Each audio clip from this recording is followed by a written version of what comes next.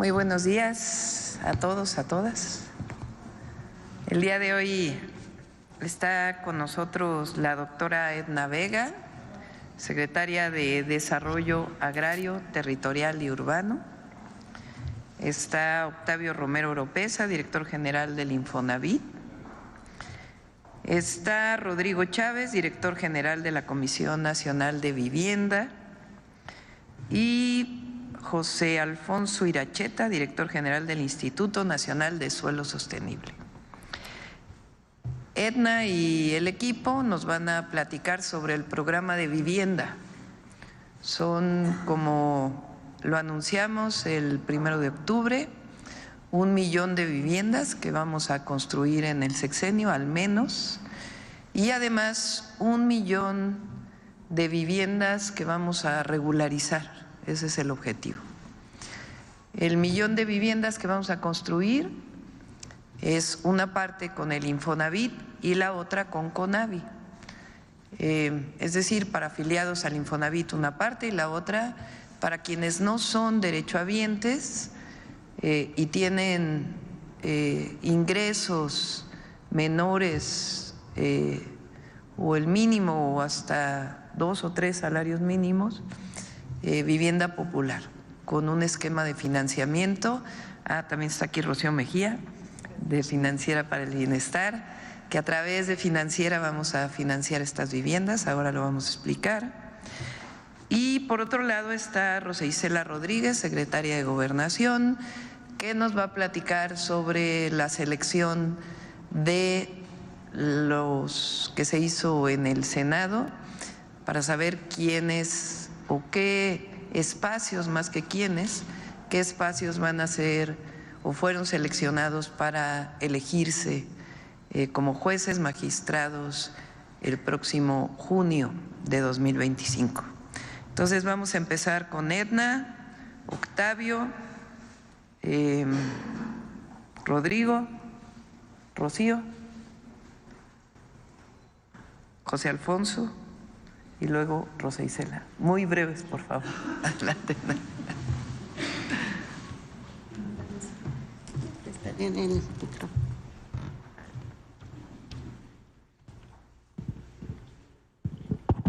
Con su permiso, Presidenta, muy buenos días a todas y todos. Con el gran gusto de presentar uno de los programas prioritarios del Gobierno de México, encabezado por la doctora Claudia Sheinbaum. Pues este programa ya tenemos en el proceso de elaboración un buen rato, con los lineamientos que nos ha dado la Presidenta. ¿En qué consiste? Partimos primero de un diagnóstico que se ha realizado ya desde hace varios años por parte de la propia Comisión Nacional de Vivienda. Si recuerdan, en alguna de las sesiones anteriores hablamos de que durante el periodo pasado, con el licenciado Andrés Manuel López Obrador, se logró abatir el rezago habitacional en 1.5 millones.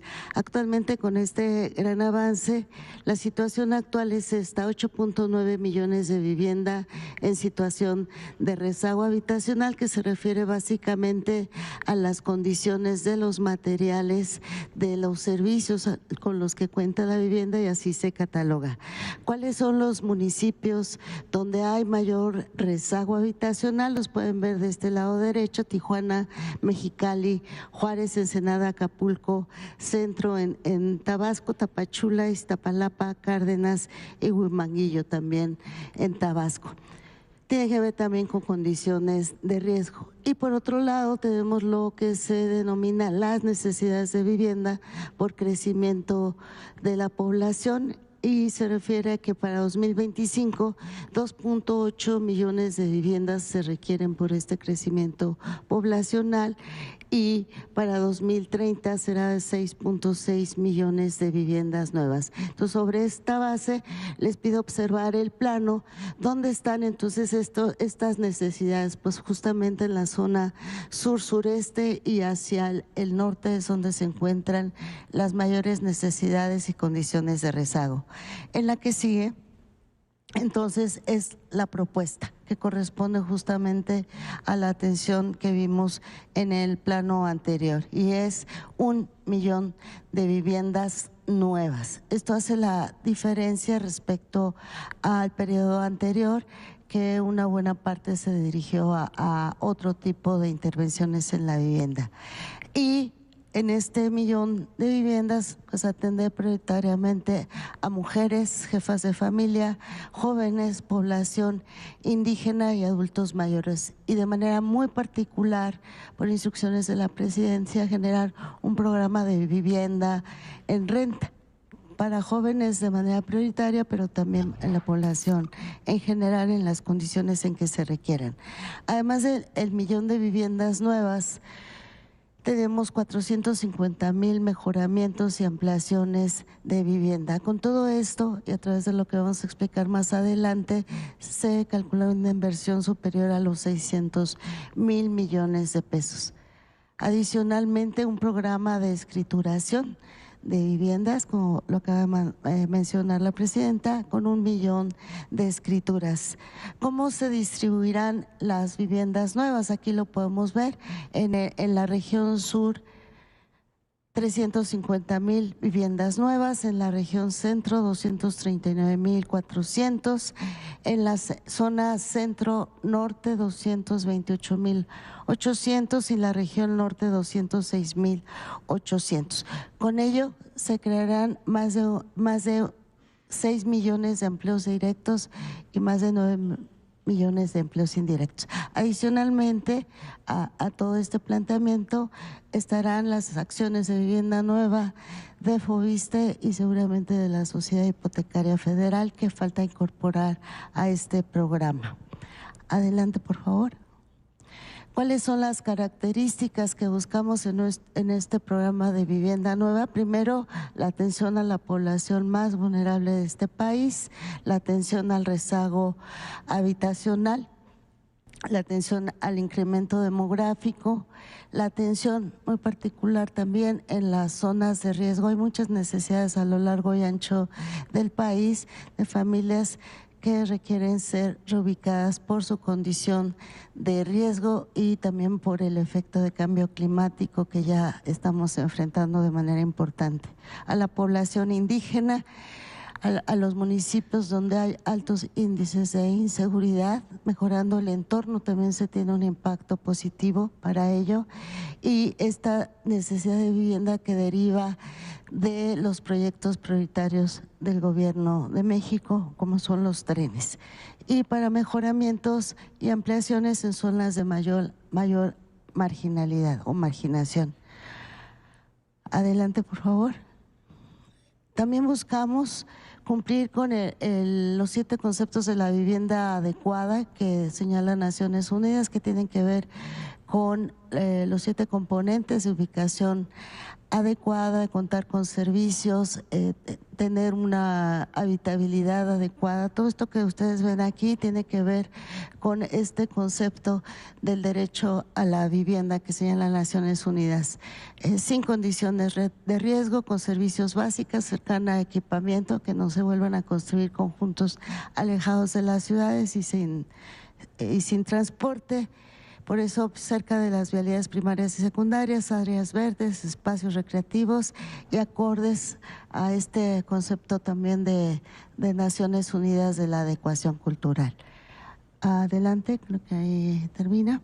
Y para 2025, ya muy particular, ya muy avanzado el programa con todos los requerimientos y en coordinación con gobernadoras y gobernadores. También 165,000 viviendas nuevas, más 100,000 mejoramientos en la zona oriente de la zona metropolitana del Valle de México y 120,000 escrituras. Esta es la meta para 2025. Adelante, adelante, por favor. Ahora presentaremos por parte del ingeniero Octavio Romero. Con su permiso, Presidenta. Muy buenos días a todas y a todos. Si me permiten.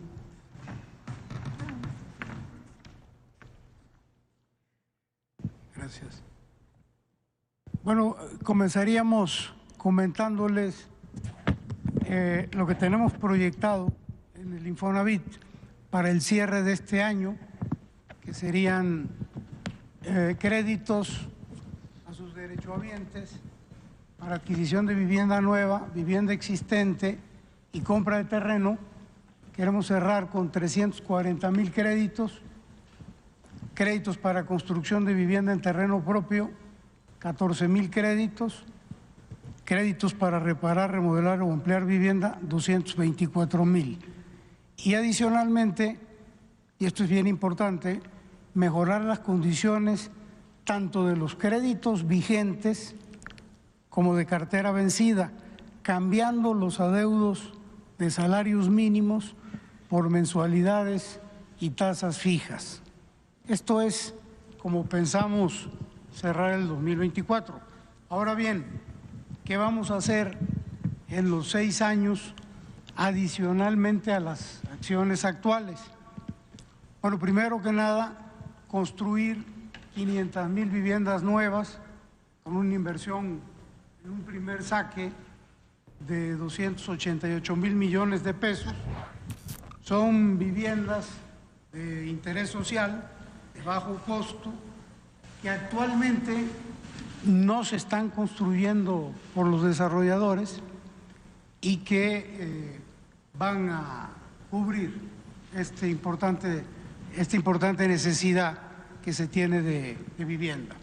También vamos a otorgar créditos, 250,000 créditos para mejoramiento, un estimado de inversión de 20,000 millones de pesos. Esto va a ser adicional al 1,000,000 de créditos para reparar, remodelar o ampliar vivienda del programa ordinario.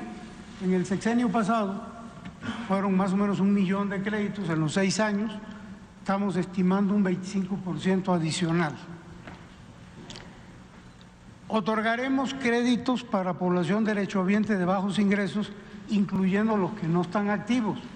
Los trabajadores que no están activos en su mayoría tienen un fondo de garantía y bueno, estos también tienen derecho, van a tener derecho a estos créditos. Ellos podrían no estar activos, pero pueden tener un empleo informal, pueden estarse ellos trabajando por su cuenta o pueden darse de alta voluntariamente o reincorporarse para tener acceso a estos créditos. La clave de todo es la conformación, de acuerdo con la instrucción que nos dio la Presidenta de la República, de construir una empresa constructora para disminuir costos y capacidad, tener esa capacidad de viviendas, y se van a incluir no solo las 500,000 del Infonavit, sino el total, el 1,000,000 de viviendas, 500,000 del Infonavit y 500,000 que se están estimando para CONAVI y para FOBISTE. Y finalmente vamos a implementar un programa de vivienda en renta con opción a compra. Este programa es importante.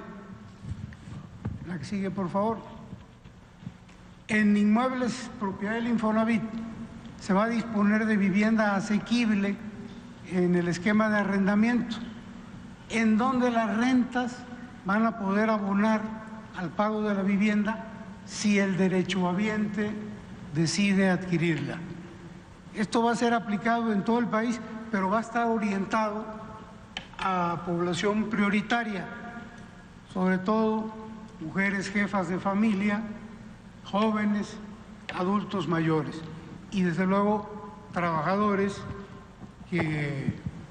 independientes que se den de alta de manera voluntaria. ¿Cómo vamos a hacerles saber los detalles y la forma de acceso a los derechohabientes?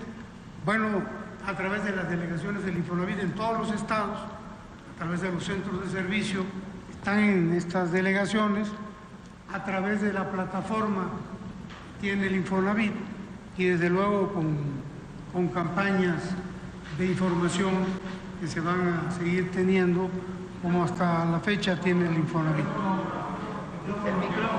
Perdón. Perdón. Repito. No se oyó nada. O empiezo de nuevo. La última. ¿Cómo puede acceder las personas? ¿Cómo se va a enterar la gente? A través de las delegaciones del Infonavit en el país. Hay centros de servicio, tenemos 32 en el país, en cada o más. Y a través de las plataformas del Infonavit, las digitales, y a través de campañas de comunicación, les vamos a estar haciendo saber cuáles son los detalles y los requisitos para este programa que nos instruyó la Presidenta de la República. ¿Es cuánto, Presidenta? Gracias, Octavio. Rodrigo. ¿Aquí o allá?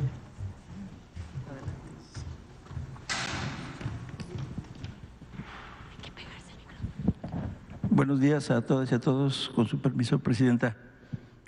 En el caso de CONAVI, ¿qué vamos a hacer en los próximos 6 años? Vamos a construir 500,000 viviendas nuevas con una inversión de 285,000 millones de pesos y vamos a mejorar 300,000 viviendas con 15,000 millones de pesos. Para esto vamos a hacer unos financiamientos para la población de no derechohabientes de bajos ingresos. Se construirán viviendas adecuadas con todos los servicios hasta 60 metros cuadrados, es decir, con 3 recámaras y todos los servicios. Habrá financiamientos subsidiados de una tasa de interés del 0%, es decir, no tendrá intereses y se realizará un estudio socioeconómico que determine la capacidad de pago del beneficiario. Se pagará una mensualidad asequible que no rebase el 30% de los ingresos del beneficiario por un periodo de hasta 30 años. ¿Cómo se ingresará? Se realizará un censo casa por casa y se abrirán unas solicitudes a través de los servidores de la Nación. La que sigue. De estas 500,000 acciones de viviendas, se impulsará un programa de vivienda en renta para jóvenes. Se construirán 100,000 viviendas para los jóvenes que tengan una edad entre 18 y 30 años. Se construirán unidades habitacionales cercanos a los centros educativos y zonas industriales. Los departamentos tendrán todos los servicios y habrá un prototipo adecuado para las y los jóvenes. La temporalidad de renta es de 5 años y podría ampliarse hasta 2 años más. Una renta asequible que no rebase el 30% de las y los jóvenes trabajadores, y para los y las jóvenes estudiantes se realizará un estudio socioeconómico que determine su capacidad de pago. Es cuanto, Presidenta. Muchas gracias. Gracias, buenos días. Adelante.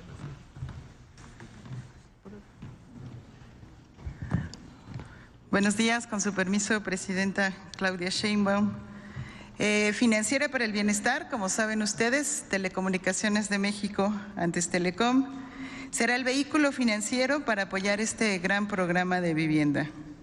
Además de seguir apoyando con el envío, la recepción de las remesas, con la promoción del ahorro popular y otorgando los créditos a pequeñas empresas, la Presidenta nos instruyó a apoyar este gran programa.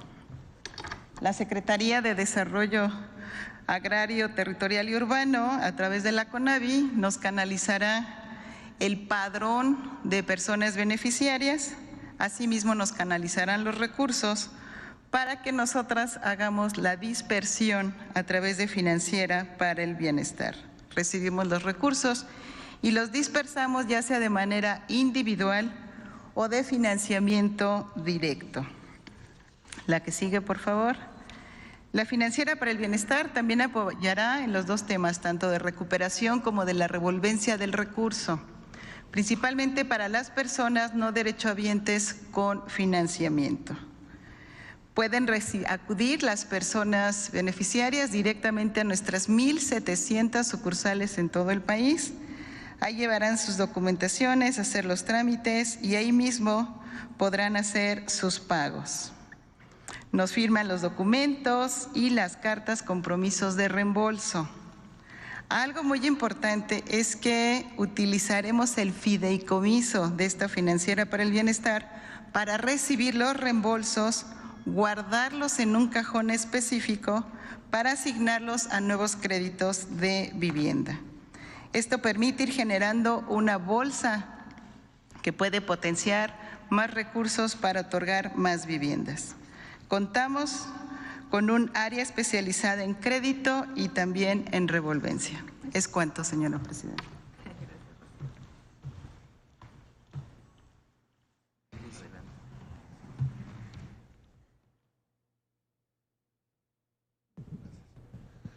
Buenos días a todos y todas. Con su permiso, presidenta. La siguiente, por favor. Bueno, en materia de escrituración y de titulación, aquí podemos ver las cifras. Inicio comentando, de acuerdo a datos del censo, algo así como 3.2 millones de lotes de viviendas en nuestro país no tienen escritura y la idea es avanzar una tercera parte, que es un logro sin precedentes en la historia de nuestro país. Al final del sexenio se tendrán por parte del INSUS, del Instituto Nacional del Suelo Sustentable, 700,000 escrituras y se colaborará con las demás dependencias, sobre todo con el FOBISTE y el Infonavit, para lograr el 1,000,000 de escrituras que estamos aspirando a tener. Hay que recordar, en muchos casos las viviendas se concluyen, por ejemplo, cuando son apoyadas con créditos de Infonavit o FOBISTE, pero no se transita hacia tener el título de propiedad y la idea es reducir también ese rezago, pero sobre todo en materia del trabajo que hace el INSUS, son los asentamientos irregulares que se encuentran sobre todo asentados en suelo ejidal, que son viviendas en condiciones de pobreza, de precariedad, y ahí es donde nos vamos a concentrar. Y la presidenta ha sido muy precisa en cuanto a las prioridades. Vamos a iniciar con el Estado de México como prioridad número 1. El Estado de México es el que tiene el mayor tamaño, tanto en valor absoluto de número de viviendas sin títulos de propiedad, pero también proporcionalmente, y en particular en el oriente del Estado de México. Para el primer año, para 2025, vamos a llegar a más de 120,000 escrituras, muchas de las cuales serán del INSUS, pero también en colaboración con el Infonavit y con el FOBISTE. Y finalmente, presidenta, comentar, acompañando este programa de escrituración, sigue avanzando el programa de gestión del suelo, que lo que busca es evitar que las nuevas familias que están buscando en dónde vivir terminen en un asentamiento irregular, que tengan un lugar adecuado donde vivir desde el principio. Es cuanto.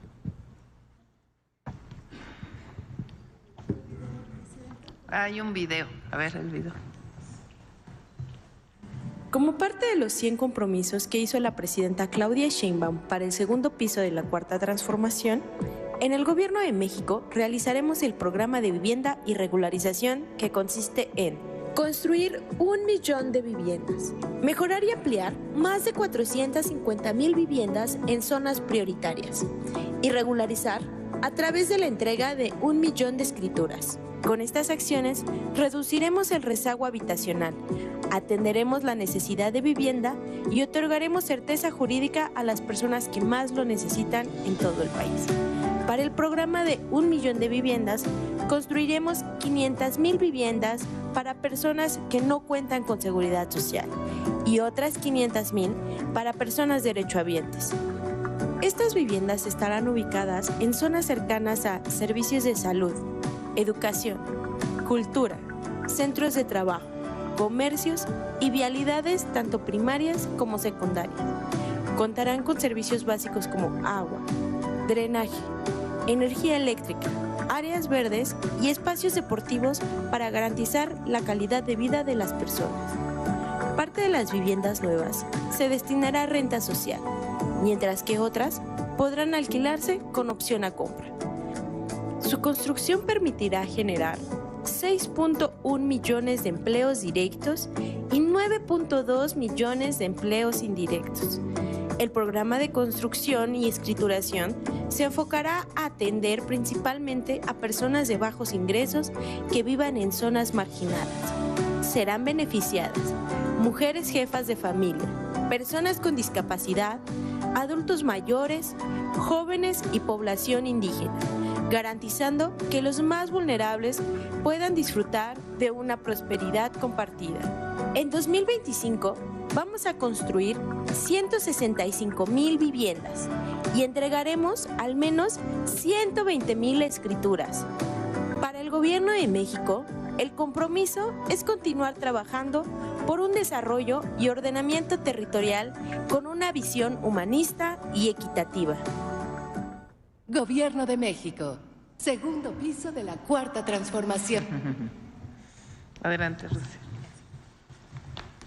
Con su permiso, Presidenta, vamos a continuar viendo cómo van las acciones rumbo a la reforma al Poder Judicial. El día de hoy tenemos en dónde exactamente estamos con los tiempos sobre lo que ordenó la reforma constitucional aprobada el 15 de septiembre.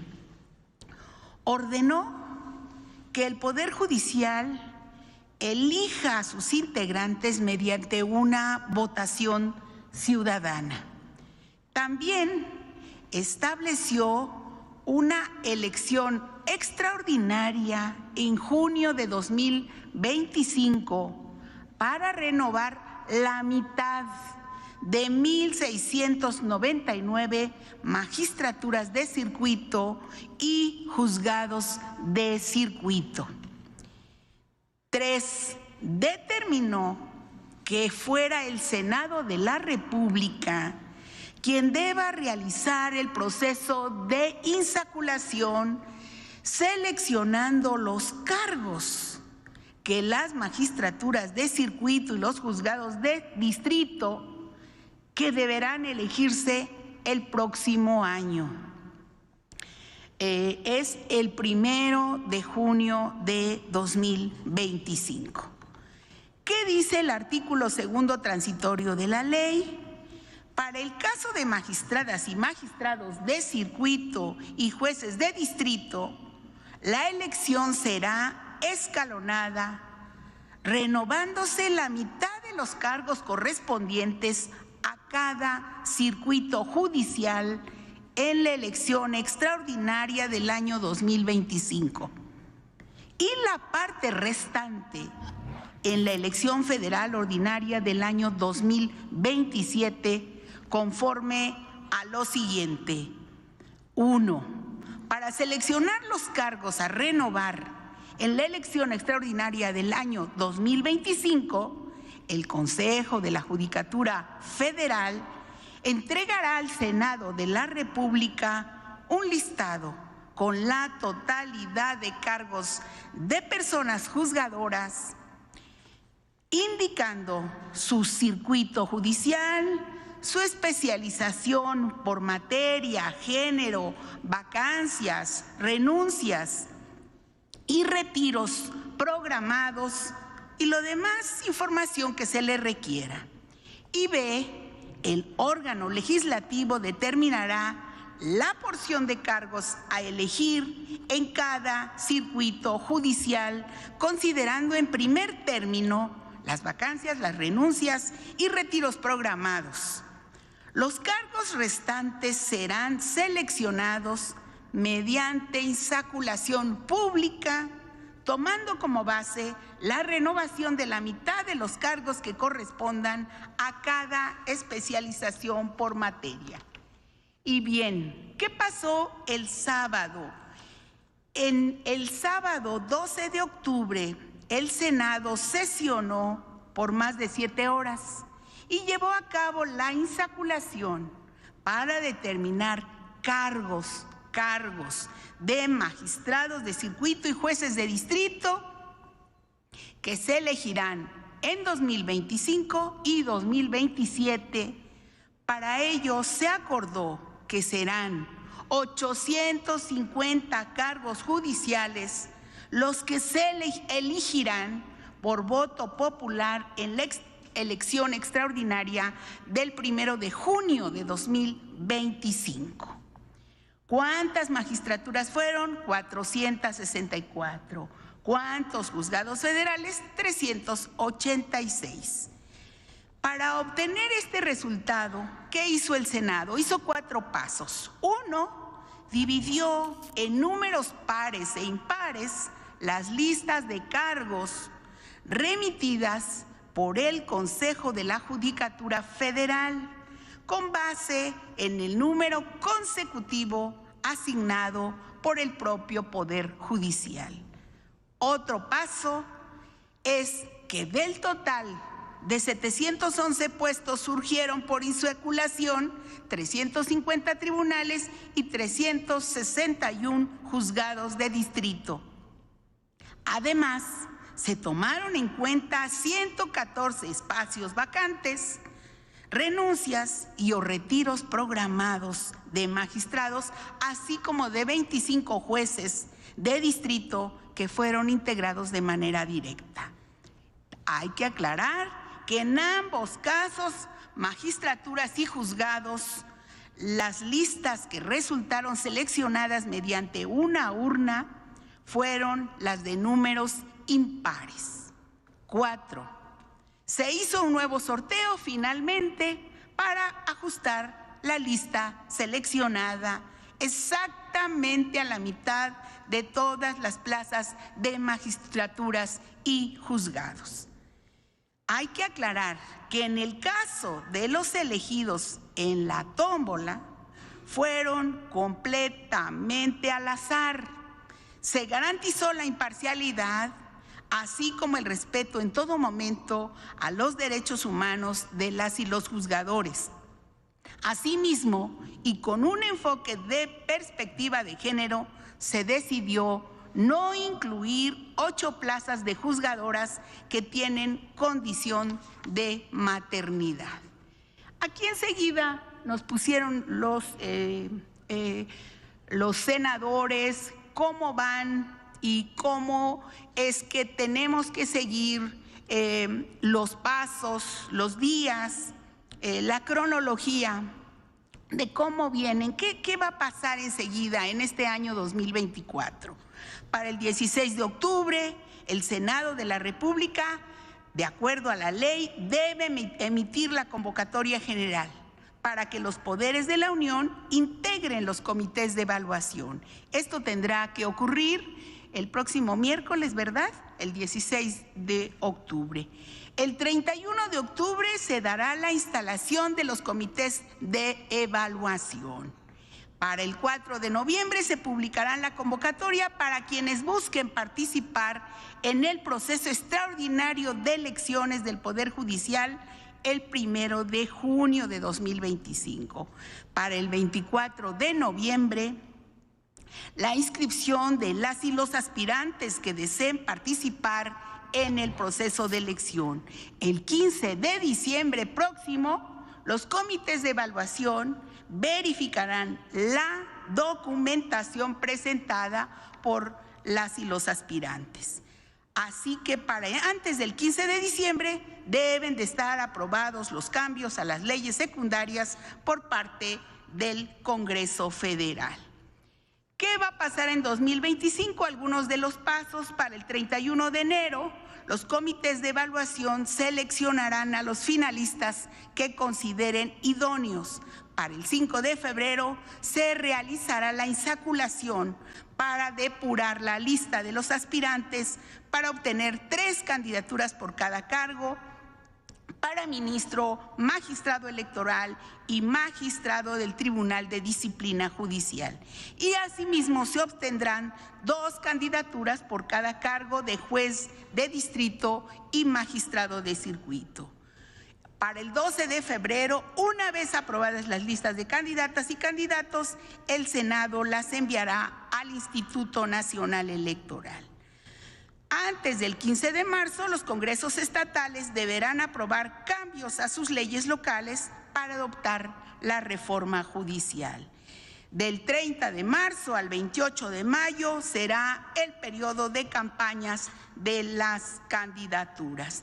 Así, recordar, subrayar que será el 1 de junio de 2025 las elecciones, esto es el primer domingo de junio, y después de la jornada electoral, el Instituto Nacional Electoral realizará los cómputos de la elección, publicará los resultados de la elección, dará las constancias de mayoría a las personas que resulten vencedoras, declarará la validez de la elección y para antes del 28 de agosto deberán estar resueltas las impugnaciones tramitadas ante el INE y el Tribunal Electoral del Poder Judicial de la Federación. Y pues el 1 de septiembre las y los juzgadores electos protestarán su cargo en el Senado de la República. Es un repaso a cómo vienen los tiempos de acuerdo a la Constitución, de acuerdo a la ley. Eso sería, señora presidenta. Muchas gracias. Bueno, muy rápido. El programa de vivienda, 1 millón de viviendas, una parte para quienes son afiliados Infonavit, otra parte de vivienda popular a través de la CONAVI. Ya cuándo pueden registrarse, etcétera, lo vamos a ir informando también aquí en la mañanera. Segundo, el fin de semana lo que se hizo es importante, es la tómbola para saber quién o la selección al azar, para saber qué cargos van a estar sujetos a elección en el 2025. Esto es importante porque hubo ahí en las redes quien dijo que ya se estaban seleccionando a los jueces. No.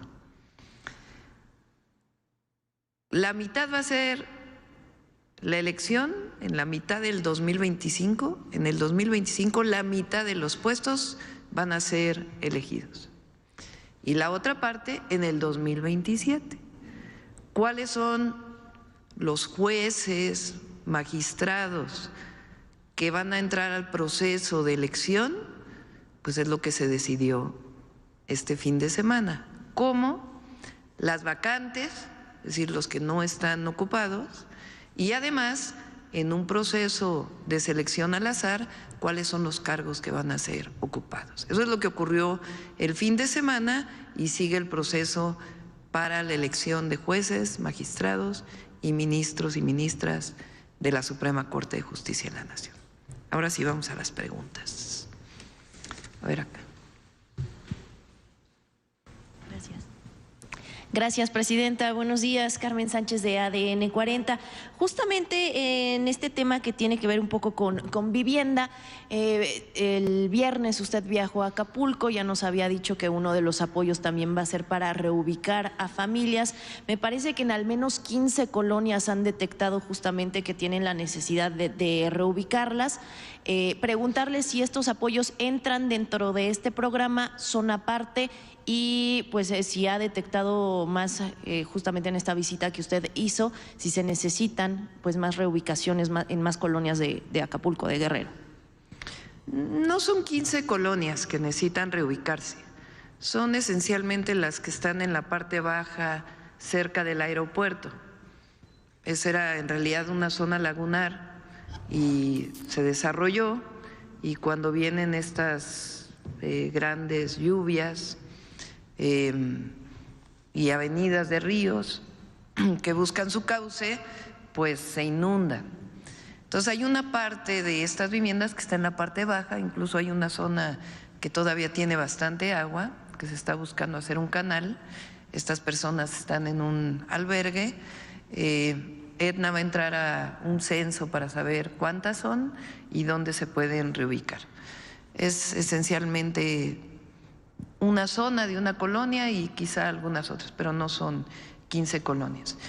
Va muy avanzada la fase de emergencia, está por terminar, que es lo que faltaría tanto para Acapulco, para otras zonas, acabar de abrir todos los caminos. Y en el caso de Acapulco hay una planta de bombeo de agua potable en donde ya se repararon las bombas, pero hay una fuga de agua en un ducto, en una tubería, y se está arreglando esta fuga de agua que vino también producto del huracán. Entonces, esto es lo único que falta, digamos, para la emergencia, pero prácticamente se está regresando ya a la escuela y ahora empieza pues todo el proceso de reconstrucción. Esta misma semana se entregan los apoyos para limpieza. La vez pasada con Otis se entregaron a todas las viviendas de Acapulco, en este caso a todos los que viven en viviendas de colonias que fueron afectadas. Y después, a partir del censo, quienes requieren reconstrucción, quienes requieren enseres, etcétera, etcétera. Es Acapulco, es Coyuca y son otros municipios que también resultaron afectados. Y en otros dos temas, justamente el que tiene que ver con el proceso que se llevó a cabo este fin de semana, la JUFET justamente pues hizo un comunicado en el que pues bueno expresa su más enérgica protesta, así dice, en contra de los actos realizados en el Senado durante este fin de semana. Saber su opinión, doctora. Y en otro tema que tiene que ver con seguridad, la semana pasada en Puebla se registró un linchamiento, el viernes otro intento de linchamiento en Cholula, me parece en San Andrés Cholula. Justamente ya presentó este plan nacional de seguridad. Si tiene algún punto específico para prevenir que pues los pobladores hagan justicia por su propia mano. Esos dos temas, por favor. ¿Qué es la JUFET? Judicatura Federal.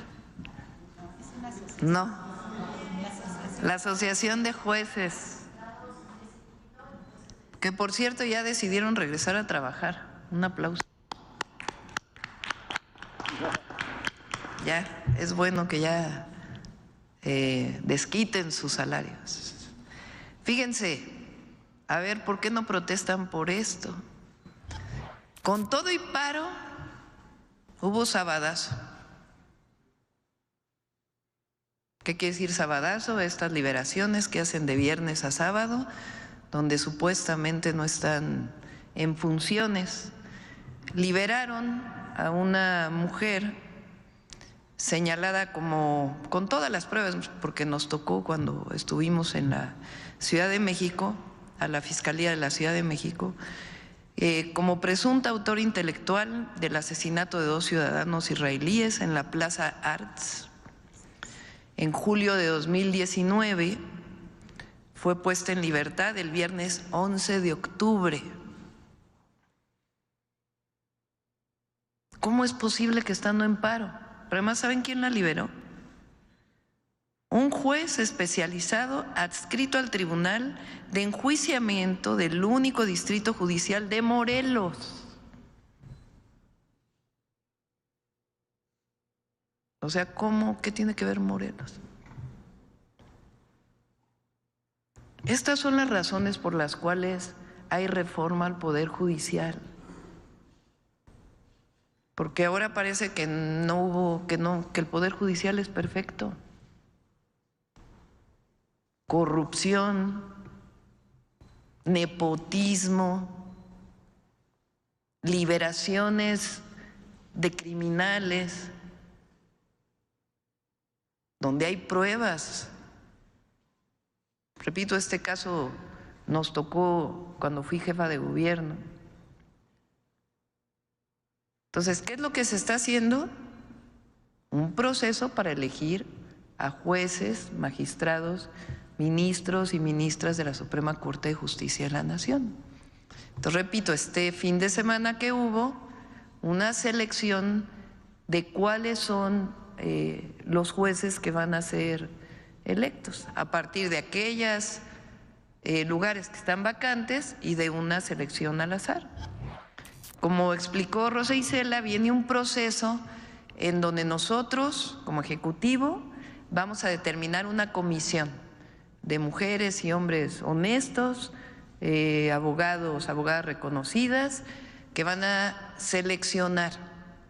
Igual lo hace el Congreso, igual lo hace el Poder Judicial, la Corte. Se nombra este comité, viene una convocatoria se inscriben, quienes quieren participar, tienen una serie de requisitos, promedios, cartas de recomendación, ensayos. Una vez que es revisado que lo que se está entregando tiene sustento, pues a partir de la lectura, de la definición de quienes se inscribieron y de la discusión de estas comisiones, hay una primera selección de quienes van a participar. De ahí puede haber entrevistas públicas para que todas los veamos, por qué se quieren inscribir, cuáles son sus criterios. Y después de eso hay una selección y después van a una tómbola para ver de esos cuáles van a pasar a la elección del 1 de junio del 2025. Entonces, ¿por qué hay una elección? ¿Por qué se van a decidir democráticamente, aprovechando los 200 años de la República, el Poder Judicial? Pues porque hay un Poder Judicial que protege a delincuentes comunes del Fuero Federal y de cuello blanco. ¿Cómo es que en paro todavía dan un amparo para quien tiene que pagar impuestos, otra vez se le prorrogue su caso? Ese es el problema.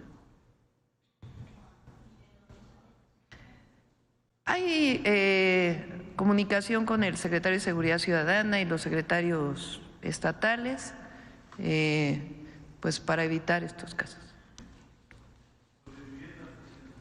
A ver, por acá.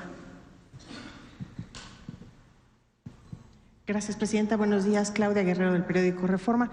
Quisiera preguntarle si su gobierno tiene detectado este modus operandi del crimen organizado que se ha presentado en algunas zonas aduanales, que en presunta colusión con funcionarios de aduanas, las organizaciones criminales cobran una especie de impuesto adicional o una extorsión a los importadores. Si lo tienen detectado este fenómeno y cómo podría combatirse este problema.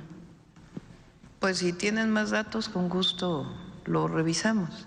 Se está haciendo un trabajo muy importante. Con el presidente López Obrador se avanzó mucho, tanto en aduanas como en puertos, y se sigue trabajando conjuntamente. ¿Cuál es la manera de saber o cómo podemos saber que disminuyó la corrupción? Porque aumentaron los ingresos tributarios o de derechos. Aumentaron con el presidente Andrés Manuel López Obrador alrededor de 250,000 millones de pesos. Y ahora tenemos una estrategia para que sigan aumentando. Si disminuye la corrupción, pues evidentemente ese recurso se va a donde se tiene que pagar, que es a la hacienda pública. Pero si hay algún caso en particular, pues lo revisamos. ¿Hasta el momento no lo tenían detectado como un modus operandi en esas aduanas? Pues hay que revisar el caso en particular que presentas aquí y con gusto lo revisamos. De todas maneras, se está trabajando en muchos ámbitos, en el caso de la seguridad, en inteligencia e investigación y finalmente en carpetas de investigación que lleven a detenciones. Gracias, presidenta. Y la otra es que quería preguntarle su expectativa sobre la reunión de mañana, sobre el diálogo de alto nivel con los empresarios de Estados Unidos. ¿Cuál es el mensaje que su gobierno dará a estos inversionistas? ¿Qué expectativas tiene del encuentro? ¿Cómo se llevará a cabo? Si gustan, platicamos de eso mañana. Mañana viene Marcelo Ebrard, secretario de Economía, para platicarles en qué consiste este diálogo, el interés que hay de inversionistas, particularmente de Estados Unidos, en México. Y también va a haber una conferencia de prensa después, donde entre otros se van a anunciar algunas inversiones que ya están planteadas para nuestro país. ¿De qué se trata este encuentro? En su momento, empresarios nacionales y principalmente de Estados Unidos plantearon la posibilidad de que tuviéramos un diálogo para conocer pues cuáles son los beneficios, los incentivos que se van a generar para la inversión en México. Yo lo dije el 1 de octubre, el tratado comercial con Estados Unidos y Canadá abre esta posibilidad de lo que se llama hoy la relocalización de las empresas.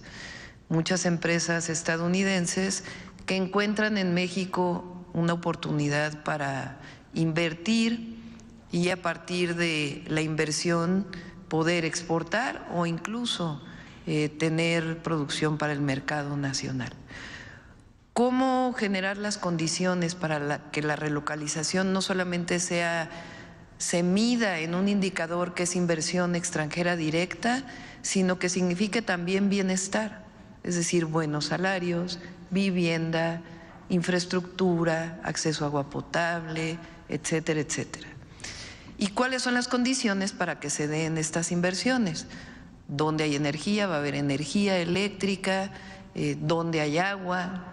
Entonces nosotros hemos desarrollado un programa que le llamamos de polos de bienestar, en donde la búsqueda es que se invierta, las empresas que tienen demanda de agua, pues que inviertan en el país, en donde hay acceso a agua, que se generen las condiciones de reciclamiento y al mismo tiempo que se siga cumpliendo con seguir aumentando los salarios en el país y que las viviendas que vamos a construir estén asociadas también a estos polos de desarrollo, polos de bienestar.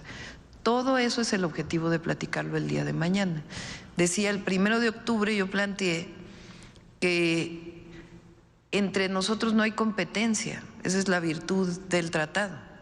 No es que México compita con Estados Unidos y esté quitando inversiones a Estados Unidos, sino que nos complementamos en este tratado comercial que permite que haya inversiones en México, en Estados Unidos y en Canadá.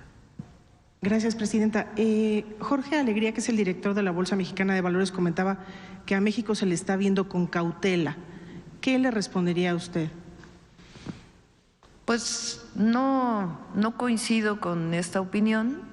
No sé a qué se refiera.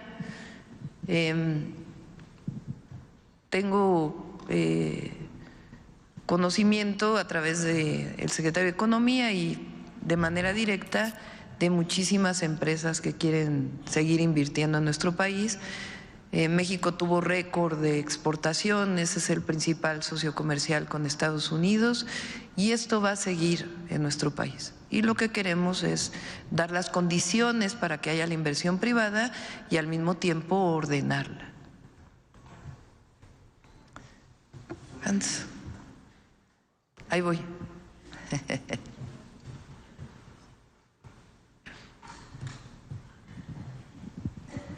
Buenos días, presidente. ¿Escucha? Buenos días, presidenta. Hans Salazar, de Noticiero en Redes. A propósito del tema de la vivienda, que bueno, pues son muy ilustrativos los datos que se prevén, que se proyectan en toda esta planeación. Aquí también se ha expuesto en algún momento el tema de la vivienda para migrantes. Hay muchos migrantes que expresan que quisieran regresar a México y que incluso en algunos casos abandonaron sus cuentas o dejaron sus cuentas del IMSS, de alguna prestación social formal y bueno, a veces preguntan sobre esto y para poder participar, para poder ser incluidos en estos programas que bien se han comentado aquí y que bueno, son de diversos lugares del país. Efectivamente, por ejemplo, Financiera para el Bienestar, pues tiene un contacto a través de sus propias funciones para las remesas, para todo este tipo, incluso preguntan mucho cómo es que podemos ahorrar. Bueno, Financiera para el Bienestar, que es parte de la información que se ha proveído, que es a través de abrir una cuenta, una tarjeta, incluso el envío de las remesas, etcétera, y preguntar si estos mecanismos pudieran servir precisamente para poder abrir, no sé si un programa o dentro de estos programas incluir a los migrantes. Y dentro también en el tema de la vivienda, bueno, ya se ha comentado el tema de Acapulco.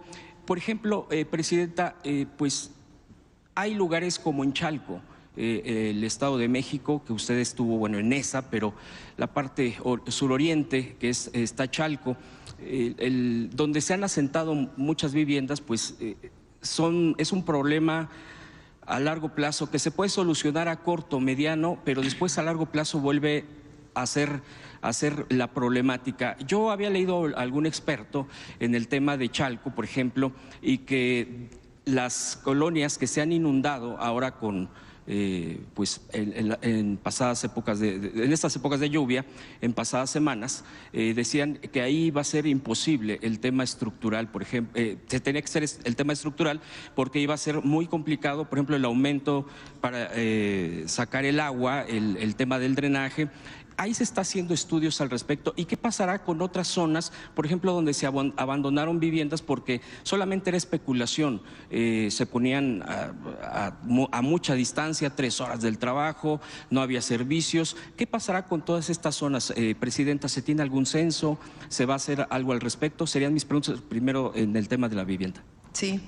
Octavio, ¿quieres comentar de quienes salen del Infonavit y ahora se les va a poder generar la condición para que puedan asociarse nuevamente? Sí, hay trabajadores que están no activos y que van a poder reactivarse. En el caso, por ejemplo, de los migrantes, algunos de ellos no están activos en este momento, pero pueden reactivarse o pueden iniciar con sus aportaciones. Entonces esto queda englobado dentro del programa de vivienda y sí lo estamos pensando, presidente. Tanto en Infonavit como en CONAVI, por supuesto, nuestros hermanos migrantes que quieran regresar, estará abierta la posibilidad para ello. Si alguna vez cotizaron al IMSS o al Infonavit y quieren regresar y recotizar y entrar al programa de vivienda, hay esa posibilidad. En el caso de Chalco, estuvimos el sábado en el Estado de México.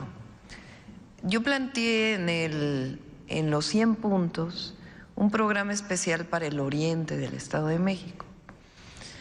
El oriente del Estado de México, particularmente los municipios de mayor urbanización, porque también hay una parte como Atenco que tiene una parte rural. Los municipios que están completamente urbanizados, vamos a hacer un programa especial que tiene varios objetivos. Es una zona de alrededor de 10 millones de habitantes en el país. Tiene niveles de pobreza extrema. Me comentaba la maestra Delfina que ahora que ocurrió la inundación de Chalco, que ella estuvo recorriendo las calles, pues hay familias hacinadas en un solo cuarto y condiciones de vivienda pues que queremos mejorar. Esta zona pues tiene problemas de acceso a agua potable, no quiero decir que es lo único en el país, pero se concentran 10 millones de habitantes. Es la única zona en el país donde hay esta concentración de número de habitantes y que tiene este rezago en los servicios públicos, además de la vivienda y derechos, como educación o como salud. Entonces, tienen problemas de acceso a agua potable, drenaje, porque además es una zona que se hunde por la extracción de agua desde hace mucho tiempo, problemas de acceso a la vivienda, pavimentación, iluminación pública, movilidad. Muchos de las familias que viven ahí trabajan en la Ciudad de México o en otro municipio del Estado de México, recorren 2 horas de un lado a otro. Entonces, este programa nos sentamos con los presidentes municipales electos que entran el 1 de enero, con la maestra Delfina, gobernadora del Estado de México, y las distintas secretarías del gobierno federal. El objetivo es hacer un programa integral. En el caso de Chalco, el presidente dejó una obra en curso, que es un colector, para disminuir los riesgos de inundaciones, pero tenemos que hacer un programa de drenaje, de acceso a agua potable, de vialidades, de movilidad, de repavimentación, de iluminación, de senderos seguros, de seguridad, de vivienda. Por eso vamos a destinar particularmente el próximo año la mayor parte del presupuesto de mejoramiento de vivienda para el oriente del Estado de México. Entonces es un proyecto de 6 años en donde cada año estos habitantes puedan ver cada vez un mejor nivel de vida. Nada más para puntualizar, Presidenta, en el tema de los migrantes, bueno, que ya ha mencionado la respuesta, muchas veces lo que les llega a pasar, de acuerdo a todo lo que hemos luego escuchado periodísticamente hablando, es que ellos tienen ganándose la vida ya, el tema de las remesas, pero luego dicen, podemos comprar, pero nos han hecho mucho fraude, porque estamos acá. Y bueno, pues si tenemos a nuestra mamá, papá, a ellos también les dan, es fácil defraudarlos. Por eso creo que a través de instituciones, como bien se han marcado aquí, pues hay una seguridad porque, por ejemplo, el tema de Finabien, el tema de toda esta infraestructura de las instituciones que se les puedan brindar, dicen, nosotros sí podríamos estar pagando, sí podríamos estar depositando, pero esa ya es una seguridad que es a través de instituciones. Nada más era una precisión. Sí, de acuerdo. Respecto a los migrantes. Mi segunda pregunta, Presidenta, usted ha mencionado aquí, de hecho ya han preguntado compañeros, compañeras mías, respecto al tema de laboral.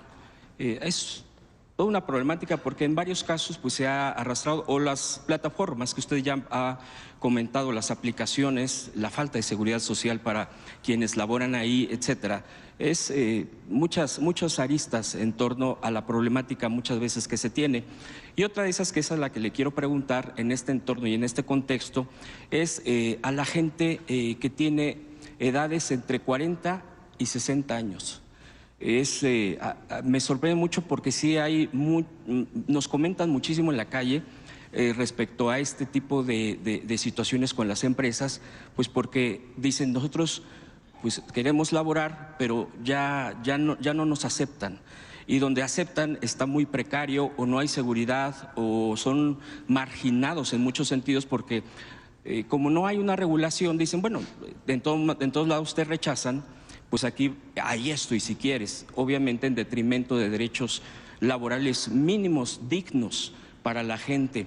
Entonces dicen, bueno, yo estoy de acuerdo que la pensión universal, todo esto que ha apoyado enormemente, pero hay gente que dice, pero yo quiero trabajar, y bueno, pues ahí preguntarle si en todo este contexto que se pueda estar asumiendo como reformas, como cambios en este contexto del segundo piso de la Cuarta Transformación, se pudiera estar contemplando medidas, obviamente desde el propio, la Secretaría del Trabajo, desde la propia ley, para que pudiera ser ayudada a toda esta gente, que es un buen universo en torno al tema laboral. Y si me permite una última pregunta. Sí.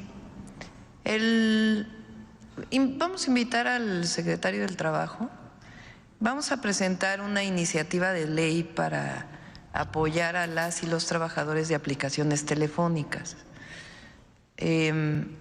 Muchas personas que no encuentran un trabajo formal, a partir del crecimiento de la entrega de comida a domicilio o productos a domicilio, se contratan a través de aplicaciones telefónicas. La mayoría de estas aplicaciones son extranjeras. ¿Cómo hacen para no contratar formalmente a los repartidores, las repartidoras? Los contratan como socios de la empresa, que en realidad no son socios porque tampoco hay reparto de utilidades. Entonces los hacen socios y tienen un ingreso básico, después a través de la propina que da quien recibe el producto. Muchos de ellos están en la mayoría de las ciudades del país, ciudades medias, ciudades grandes, reparten en motocicleta, algunos en automóvil, algunos en bicicleta, otros incluso caminando, y también tienen muchos problemas de accidentes de trabajo. Entonces el objetivo es que tengan seguridad social y que se regule esta forma de contratación para beneficio de las y los trabajadores. Se estuvo trabajando desde hace tiempo ya, tanto con los repartidores, repartidoras, con los trabajadores, como con algunas plataformas. Esta propuesta de ley la vamos a presentar este mismo mes, entonces va a venir el secretario del Trabajo para presentarla. Y por otro lado, en efecto, hay otros dos, digamos, sectores muy importantes. Uno es el de trabajadores y trabajadoras de la limpieza, principalmente mujeres, que son contratadas a partir de empresas. Se contrata a la empresa y la empresa provee el servicio. Y también tienen condiciones laborales precarias. Ganan el salario mínimo, la mayoría de ellas, porque son mujeres. La gran mayoría, también hay varones, también hay hombres. Pero no tienen, por ejemplo, horarios de comida o algunas circunstancias que incluso en toda la campaña me estuvieron manifestando. Entonces también ahí vamos a entrar a un proceso de mejora de las condiciones laborales por ley. Y la otra es mujeres, hombres, en efecto, de 40, 60 años o mayores que no tienen tanto acceso al empleo. En los tres casos tenemos las propuestas y le voy a pedir a Marat que venga para presentarlo. La otra que preguntaste y es importante. Durante el periodo principalmente de Fox y Calderón, Infonavit se dedicó a construir viviendas alejadas de los centros urbanos, que muchas de ellas están abandonadas. Se habla incluso de 600,000 viviendas abandonadas, o incluso algunas que han sido ocupadas por quienes no son los dueños originales, y que ya viven en estos lugares. Y Octavio tiene la tarea de hacer un programa para poder resolver esta problemática. A diferencia de entonces, que en realidad era un programa para las inmobiliarias, era un programa de desarrollo inmobiliario, en donde quienes se beneficiaron fueron empresas inmobiliarias que incluso algunas de ellas quebraron, porque no estaba planteado en términos del derecho a la vivienda, no estaba planteado construir viviendas a través de desarrolladores inmobiliarios, también con mucha corrupción y especulación. Entonces, hay que dar una solución a esas viviendas, a esas 600,000 viviendas. Lo vamos a presentar porque Edna, Octavio están trabajando sobre ello. Pero este programa es completamente distinto. Si se fijan, estamos pensando en terrenos donde se construyan las unidades habitacionales cercanos a los lugares de trabajo, donde haya servicios, donde haya acceso a transporte público. Y el objetivo es dar vivienda, generar vivienda para quien más lo necesita. Ese es el objetivo, el derecho a la vivienda, el derecho a un techo, no el construir viviendas por construir viviendas, que esa es pues la gran diferencia entre el periodo neoliberal y la Cuarta Transformación. Y por último, Presidenta, muchas gracias. Y por último, preguntarle, salió publicada una encuesta de Demotecnia, donde la califican a usted, en una pregunta, ¿qué opinión tiene de la presidenta Claudia Sheinbaum? Muy buena, 22%, 55%, buena, en total 77% en conjunto, pues muy positivo. Y la otra pregunta, bueno, obviamente pues el resto se divide, independientemente de por quién haya votado para presidente, así dice, ¿usted cómo piensa que va a ser la doctora Claudia Sheinbaum como presidenta? Y aquí el 90% dice que usted va a ser muy buena presidenta. Son números altísimos.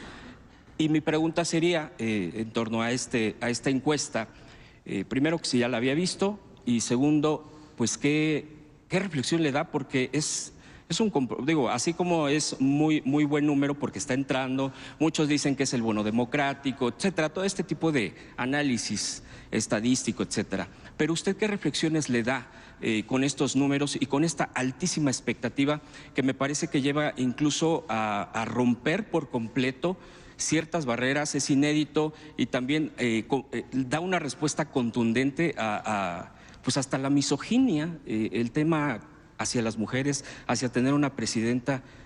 ¿Qué reflexión le da, presidenta? Y le agradezco mucho las respuestas. Pues primero agradecer, me la enseñaron hoy en la mañana, a ver si está por ahí. Me la enseñaron en la mañana, agradecer al pueblo de México por la confianza siempre y decir que no vamos a fallar, que vamos a trabajar hasta lo necesario, triple, cuádruple, para poder cumplir con los compromisos. Segundo, el pueblo de México está contento con la Cuarta Transformación. Eso es algo que nuestros adversarios no han podido entender.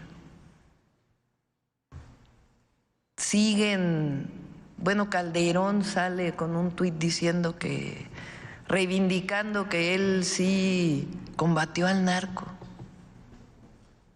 cuando dentro de 2 días van a dictarle sentencia a su secretario de Seguridad por colusión con el narco. Bueno, a ver, explíquenme eso. Lo menos pues es cinismo, ¿no? La verdad. Pero como él, ahí está, los mismos pues de siempre que criticaban al presidente López Obrador, pues son los críticos de ahora. Y el problema es que no han entendido que el país cambió, que el pueblo de México quiere que continúe la transformación, que la mayoría del pueblo de México quiere que se elijan a los jueces, magistrados y ministros, y que quieren que siga un gobierno que esté destinado al beneficio del pueblo y a los derechos del pueblo de México. Eso es lo que está ocurriendo en el país. Y por eso decimos que no vamos a traicionar ni vamos a defraudar. Vamos a trabajar todos los días, vamos a seguir en territorio, vamos a seguir en comunicación con la gente y vamos a cumplir los 100 compromisos que establecimos. Y por eso pues el trabajo que desarrollamos y el equipo, el gran equipo que tenemos, que es parte de esta gran transformación que inició hace muchos años en la conciencia del pueblo de México y que se consolida con el gobierno del presidente López Obrador, porque además de la honestidad dio resultados. Ahora sí que es honestidad que da resultados para beneficio del pueblo. Entonces eso es lo que se ve aquí. Agradecer y no vamos a defraudar, no vamos a traicionar la confianza del pueblo. A ver acá porque son de tómbola. Ya ven que la tómbola ahora es la democracia. Buenos días, presidenta. Gloria Carpio, del periódico Diario Imagen. Respecto a lo de la vivienda, ¿qué va a pasar con una familia joven o estudiante que adquiera o obtenga una de esas viviendas, el millón que se van a construcción en su administración? ¿Qué pasa si se queda sin trabajo, incapacitado o bien fallece? En el caso de una familia, si se trata de la jefa o jefe de familia que llegue a faltar y que sea el sostén de ese hogar, ¿qué medidas en esos casos contempla ese ambicioso programa de vivienda?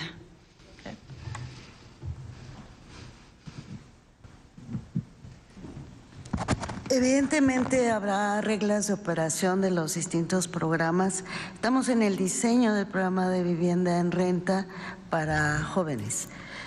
Al considerar que es la población más vulnerable de este país, la que más requiere estos apoyos, comentaba el director de CONAVI, Rodrigo Chávez, primero a quienes se da el financiamiento. 0 tasa de interés a 20 años, donde no puede rebasar el pago 30% de su ingreso. Para renta tendrá que diseñarse otro esquema.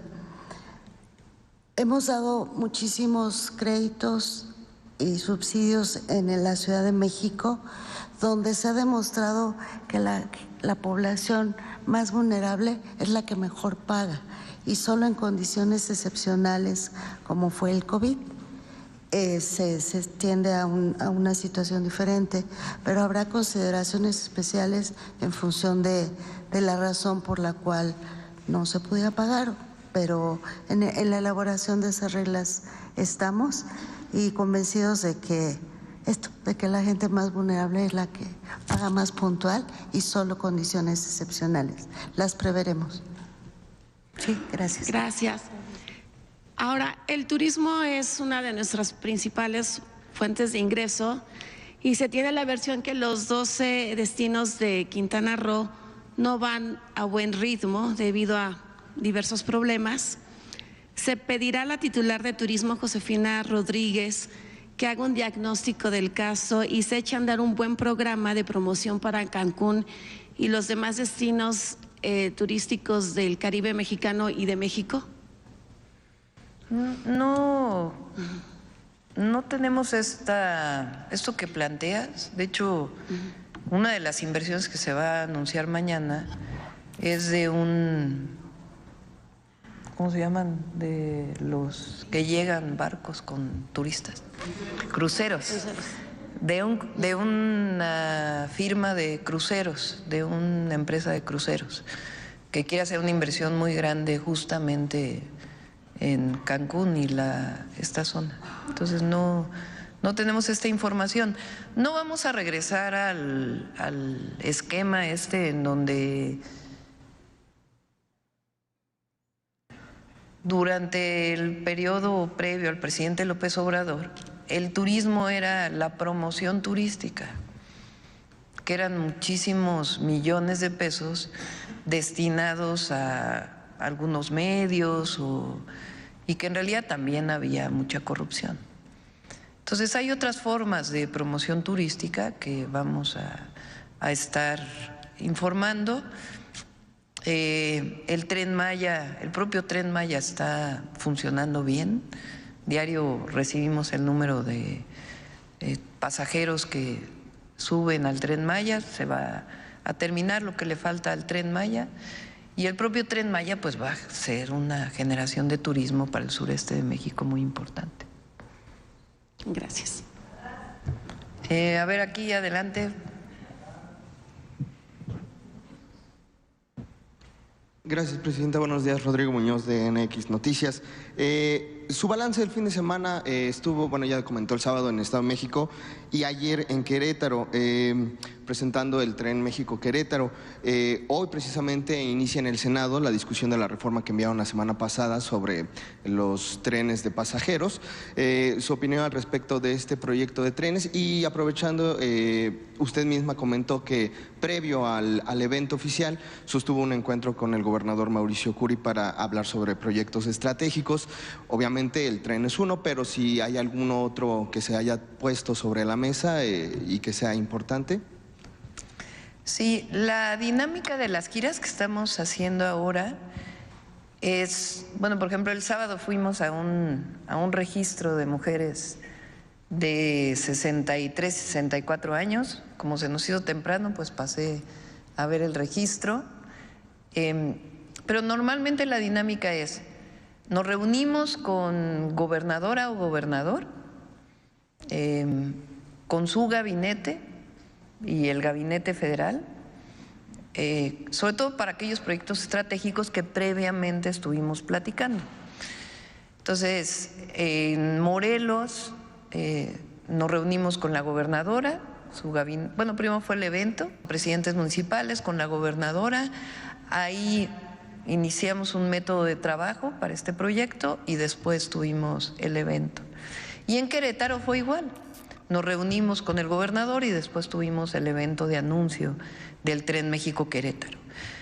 Y en cada uno hacemos 10 compromisos. ¿Cuándo los vamos a hacer públicos? Una vez que tengamos ya los tiempos, cuándo van a iniciar las construcciones. Son compromisos de programas del bienestar que son en todo el país, y compromisos de infraestructura que vamos a desarrollar.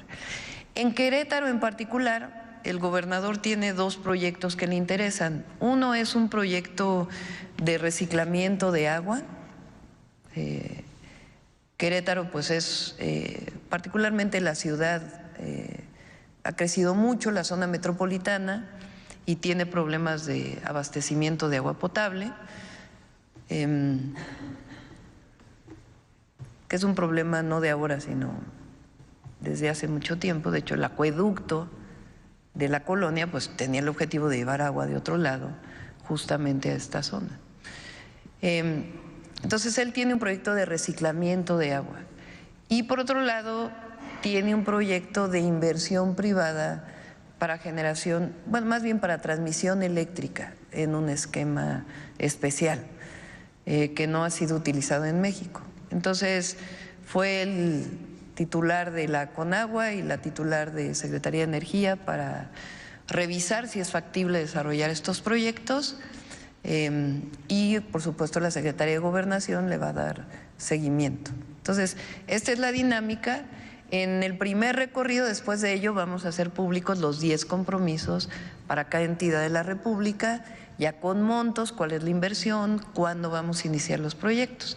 Y ahora estamos informando tanto de los programas de bienestar nuevos, mujeres, becas y salud para adultos mayores, como de las obras que ya sabemos que se van a realizar, por ejemplo, el Tierra y Libertad en Morelos, el distribuidor vial que va a la universidad, esos ya sabemos que los vamos a desarrollar y se informaron, o en el caso del Tren México-Pachuca, que ya tenemos avance en el proyecto, o en el caso del Tren México-Querétaro.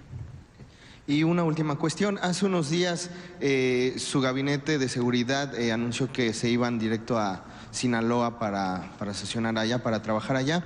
No sé si ya le compartieron, seguramente sí, algún balance previo de cómo encontraron la situación en el estado, ya que este fin de semana al parecer volvió a registrarse algunas ejecuciones. Entonces no sé cuál sea el estatus que le han mantenido a usted informada a su gabinete de seguridad. Gracias. Sí, el objetivo de estas... Tiene varios objetivos las visitas. También estuvo el secretario de Marina con el secretario de Seguridad Ciudadana en Sonora. Las visitas tienen el objetivo de que, por ejemplo, el general secretario pueda revisar la forma en que está operando la Guardia Nacional. Incluso él se bajó a platicar con la gente, estuvo platicando con habitantes de Culiacán, con pequeños negocios, para conocer cuál es el sentimiento también de la ciudadanía. Pero el objetivo es revisar la operación de la Guardia y al mismo tiempo trabajar junto con los gobiernos de los estados, con las fiscalías estatales en los, gobiernos de los estados y las fiscalías, que la mayoría de los estados son autónomas, también con las fiscalías para ver los delitos del fuero común y los delitos federales, cómo puede haber una coordinación para las carpetas de investigación y las detenciones necesarias. Y al mismo tiempo entra la parte preventiva, junto con la Subsecretaría de Prevención del Delito.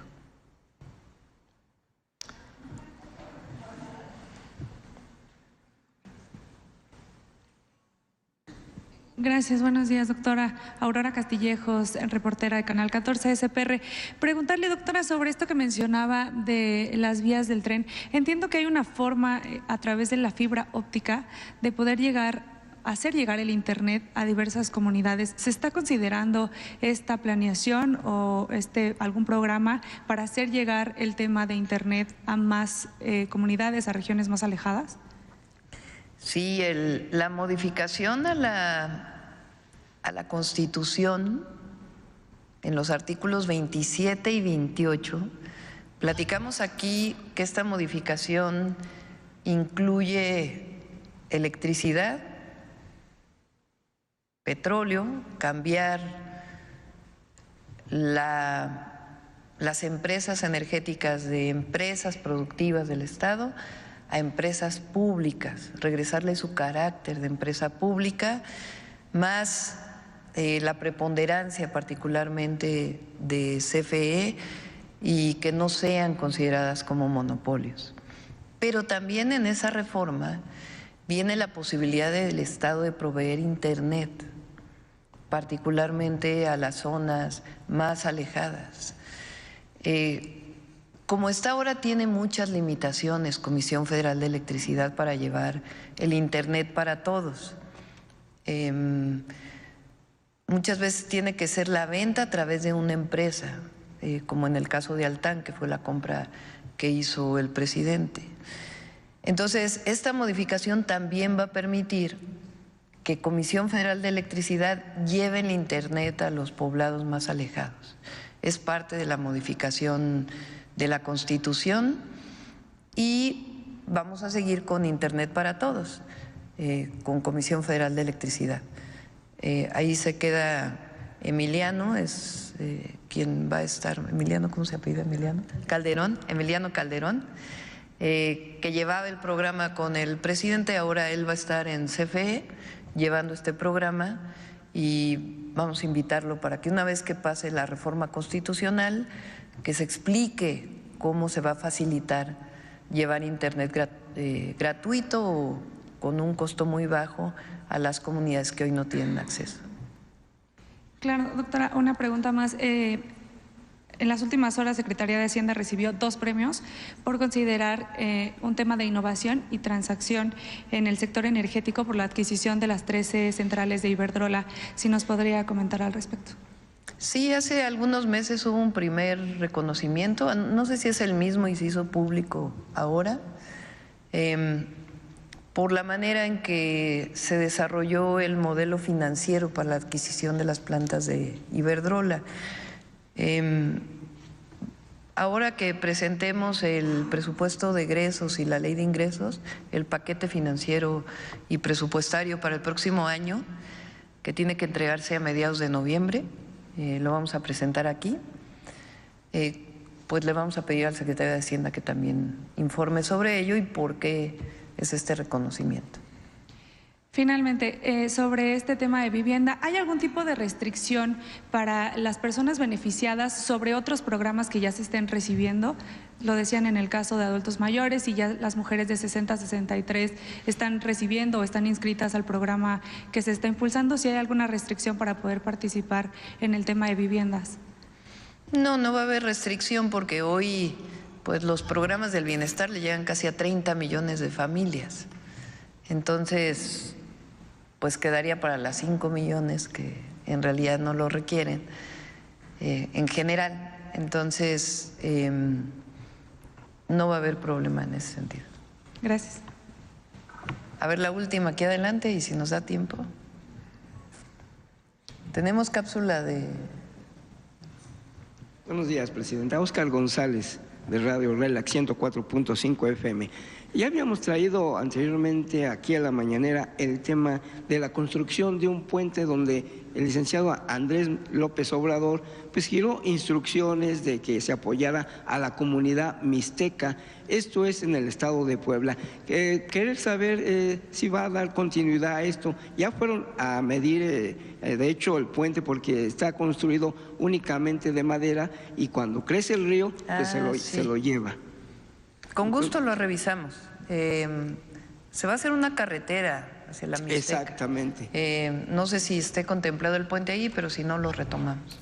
Sí. Por otro lado, rápidamente, doctora, en su recorrido de trabajo al estado de Hidalgo, en Tizayuca, campesinos productores del Valle de Mezquital le entregaron en sus manos un escrito donde le hacen de su conocimiento del problema de reparto de agua de riego que no es justo ni equitativo. Este tema lo vienen arrastrando desde hace varios años. Ellos piden su valiosa intervención para dar solución a estas demandas. Piden también se acabe el monopolio de la misma por personas abusivas que solo ven sus propios intereses. Le preguntan a usted si es posible que en esta nueva administración federal sean atendidos por los titulares de Conagua y Gobernación. Sí, por supuesto. Se está trabajando en los en alrededor de 13 distritos de riego, entre otros el del Valle del Mezquital.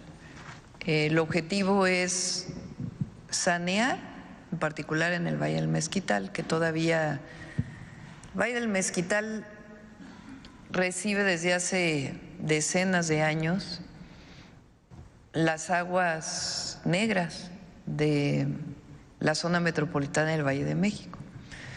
Una parte está saneada por la construcción de una planta de tratamiento que se hizo hace tiempo, y hay otra parte que no tiene saneamiento, y nuestro objetivo es, en todo este programa de la zona metropolitana, incluido Hidalgo, entrar a un proceso de saneamiento. Y la otra es entrar a un proceso de riego eficiente que permita aumentar la productividad. Con ello están entrando en comunicación tanto con los responsables de los distritos de riego como con los agricultores, muchos de ellos ejidatarios, porque a veces se concentra, digamos, la relación entre gobierno y agricultores a través de los representantes del distrito de riego. Y en este caso en particular lo que quieren es que se abra para que más agricultores participen. Entonces sí lo vamos a hacer, y a través de la Conagua. Creo que ya nos dio la hora. Si los apuntamos para que mañana… ¿No quieren lista? Levanten la mano los que quieren lista. No hay lista. Levanten la mano los que quieren tómbola. Tampoco. ¿Cuál es el otro método? No, pues a mano alzada luego está muy difícil. Bueno, mañana, a ver, hay uno de vivienda por ahí, ¿no? A ver, quien tenga preguntas de vivienda muy rápido, acá. Páramo. Sí, son algunas dudas acerca del tema de vivienda. Usted conoce perfectamente, en la Ciudad de México hay una reserva territorial todavía, pero aquí el tema es el costo del terreno. Igual en la zona metropolitana de la Ciudad de México, una de las razones por las cuales se fueron muy lejos estos desarrollos es que el costo del terreno era muy bajo en la periferia, porque en la zona más cercana al Distrito Federal, Ciudad de México, es carísimo. Entonces mi pregunta es si se quiere hacer precisamente esta dinámica de llevar la vivienda a las zonas donde haya mejores servicios urbanos, transporte, escuelas, comercio, etcétera. ¿Cómo se va a resolver el tema del costo del terreno? Porque sigue siendo el costo comercial el que priva. Entonces, el gobierno, ¿cuál va a ser la estrategia que va a tener a través de la compra del terreno a precio comercial o algún otro esquema de los cuales el gobierno puede echar mano para obtener ese terreno, construir vivienda en zonas cercanas, al menos al transporte público? Primero es la reserva territorial del propio gobierno o los gobiernos estatales.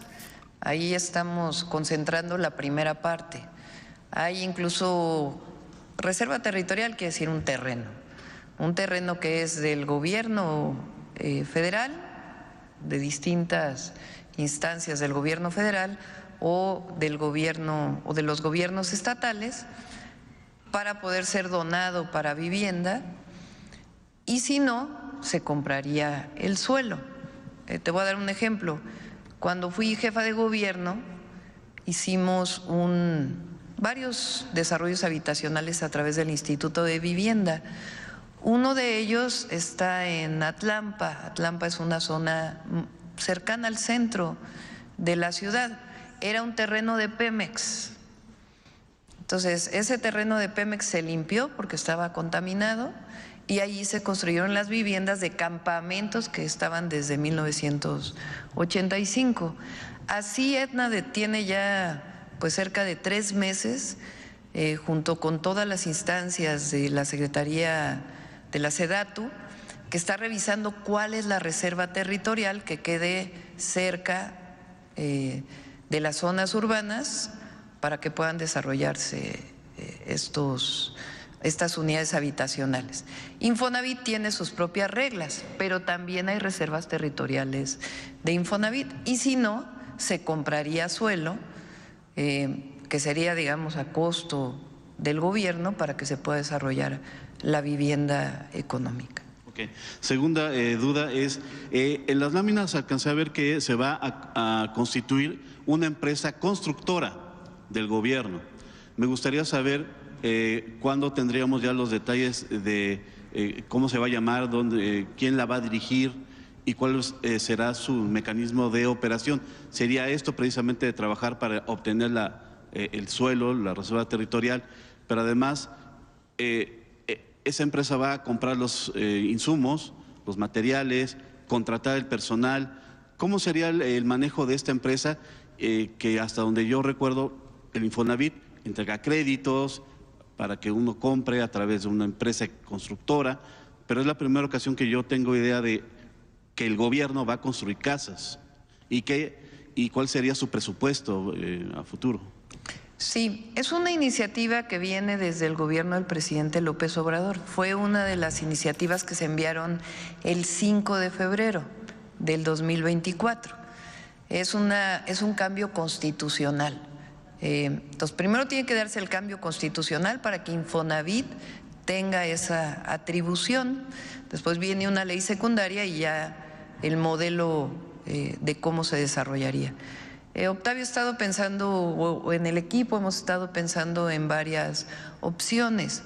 Una es la construcción total, es decir, formar la empresa constructora vinculada al Infonavit y que construya toda la vivienda.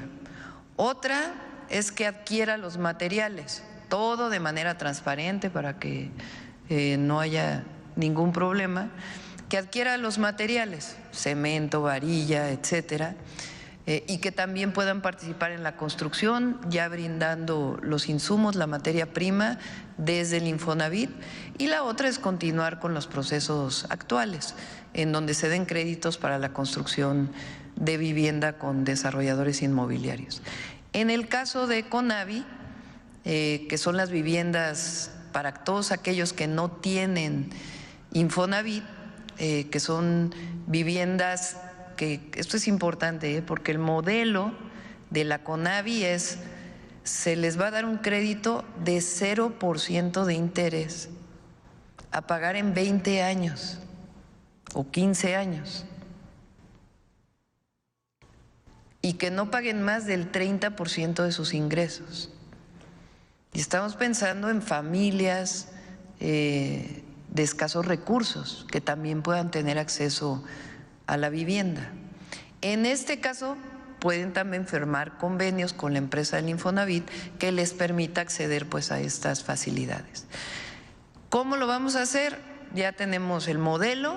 Ahora que pase la reforma constitucional y la ley secundaria, ya venimos aquí a la mañanera a explicarles con todo detalle cómo funciona esta empresa.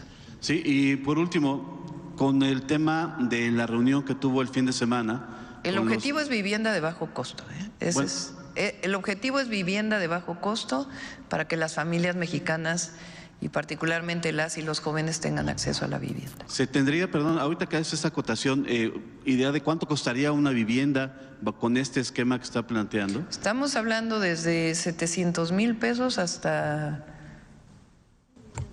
1,200,000. O sea, sería, no sé, metros cuadrados. El objetivo es que 60 metros cuadrados, si son un poco menores, tendrían que ser para estudiantes, por ejemplo. Las viviendas en renta pueden ser un poco más pequeñas. Estudios. Pero en general se busca que tengan lo mínimo indispensable. Y por último, ya comenté ahorita algunos detalles acerca de temas generales de la reunión que tuvo con alcaldes de la zona metropolitana del Estado de México. A mí lo que me interesa saber es qué se va a atacar primero, porque en la zona periférica de los municipios de la zona metropolitana literalmente falla todo, absolutamente todo. Si no es el pavimento, es el abasto de agua, es el drenaje, la recolección de basura, la vialidad, la movilidad, todo falla. ¿Qué se va a atacar primero, Presidenta? Porque son más de 20 municipios, son más de 10 millones de habitantes, es literalmente entrarle a urbanizar un país completo en términos estrictos. ¿Y qué se va a hacer primero? Mejorar las vialidades, el abasto de agua. Este es justamente el proyecto integral que vamos a desarrollar. No vas a pavimentar en donde después vas a arreglar la distribución de agua potable. Tiene que entrar primero uno y después el otro. Y la idea es que se junten los fondos, o sea, que el municipio ponga una parte, que el Estado de México ponga otra parte y otra parte el Gobierno de México. ¿Sería un tercio cada uno o sería otro? Ya lo vamos a presentar, cómo estaría, porque hay municipios como Los Reyes La Paz que su presupuesto es muy pequeño. Hay municipios como Ecatepec que su presupuesto es mayor, porque en Los Reyes La Paz viven determinado número de habitantes y la distribución presupuestal está vinculada, o la fórmula tiene que ver con número de habitantes, o Ecatepec, que tiene 1.8 millones de habitantes. Entonces, no podría ser igual. Entonces, por eso es el desarrollo del proyecto integral y ya lo vamos a ir presentando y es para los 6 años. ¿Y nos esperaríamos hasta que tomen posesión los alcaldes o se van a dar? Sí, a partir de enero, de los nuevos alcaldes. Algunos repitieron, otros son nuevos. Gracias. Bueno, ahora sí cerramos con vida saludable.